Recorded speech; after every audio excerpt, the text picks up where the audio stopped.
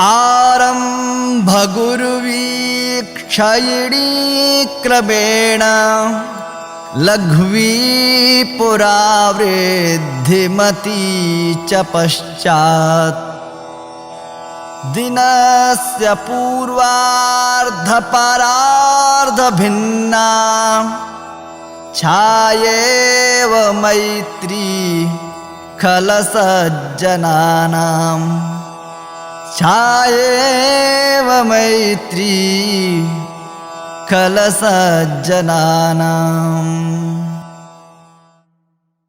आदौ अस्य श्लोकस्य पदच्छेदं पश्यामः। इदानीम् अस्य श्लोकस्य अन्वयं कुर्मः। इदानीम् अस्य श्लोकस्य पदपरिचयं प्राप्नुमः। मित्राणि, इदानीम् अस्य श्लोकस्य भावबोधात्मकप्रश्नोत्तराणि पश्यामः। मित्राणि, अधुना अस्य श्लोकस्य तात्पर्यं पश्यामः। इदानीम् अस्य श्लोकस्य हिन्दी अर्थं पश्यामः।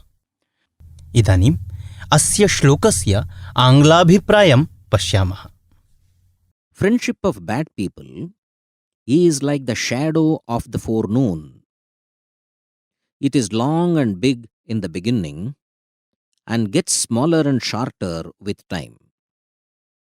Whereas friendship of good people is like the shadow of the afternoon, short and small in the beginning and grows long and strong with time.